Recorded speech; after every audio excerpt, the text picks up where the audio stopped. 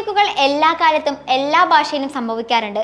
South സിനിമകൾ ബോളിവുഡിലേക്ക് remake ചെയ്യപ്പെടുന്നത് പുതുമയുള്ള കാര്യമല്ല. ഒരു സിനിമ ഹിറ്റാകുമ്പോഴാണ് പലപ്പോഴും റീമേക്കുകൾ സംഭവിക്കാറുള്ളത്. എന്നാൽ ചില സിനിമകൾ ഒന്നിൽ കൂടുതൽ ഭാഷകളിലേക്ക് റീമേക്കുകൾ ചെയ്യാറുമുണ്ട്. ഇതുപോലെ ഏറ്റവും കൂടുതൽ തവണ റീമേക്ക് ചെയ്യപ്പെട്ടിട്ടുള്ള ചിത്രങ്ങൾ പരിചയപ്പെടാം. ഇതിന് ഉദാഹരണമാണ് ബാലാജി ശക്തിവേൽ 2004 സംവിധാനം ചെയ്ത കാതൽ.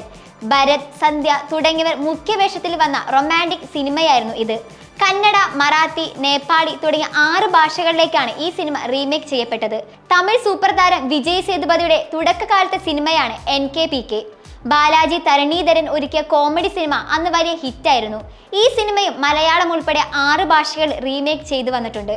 ഇതുപോലെ 6 ഭാഷകളിലേക്ക് റീമേക്ക് ചെയ്യപ്പെട്ട മറ്റൊരു സിനിമയാണ് വിക്രമർകുടു. 2006 SS രാജമൗലിയുടെ സംവിധാനത്തിൽ വന്ന ആക്ഷൻ സിനിമയാണിത്. രവി തേജ, അനുഷ്ക ഷെട്ടി തുടങ്ങിയവരായിരുന്നു മുഖ്യവേഷം ചെയ്തിരുന്നത്.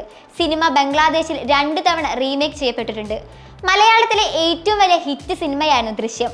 മോഹൻലാൽ, ജിത്തു ജോസഫ് കൂട്ടുകെട്ടിൽ വന്ന ത്രില്ലർ സിനിമ സൗത്തിലെ മറ്റു ഭാഷകളിലും ഹിന്ദിയിലുമായി 4ഓളം ഭാഷകളിലായി റീമേക്കുകൾ ചെയ്യപ്പെട്ടിട്ടുണ്ട്.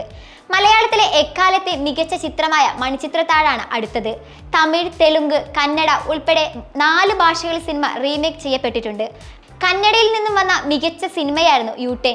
പവൻകുമാർ ഒരുക്കിയ സിനിമ കഥ കൊണ്ടും മേക്കിംഗ് കൊണ്ടും വ്യത്യസ്തത പുലർത്തിയിരുന്നു. ചിത്രം 4 ഭാഷകളിലേക്കാണ് റീമേക്ക് ചെയ്യപ്പെട്ടിട്ടുള്ളത്. ദിലീപ്, നയൻതാര സൂപ്പർ താരജോഡിയിൽ സിദ്ദിഖ് ഒരുക്കിയ റൊമാൻറ്റിക് സിനിമയാണ് ബോഡിഗാർഡ്. മലയാളത്തിൽ ഹിറ്റായ സിനിമ റീമേക്ക് ചെയ്ത് 3 ഭാഷകളിലെല്ലാം സൂപ്പർ ഹിറ്റായിരുന്നു.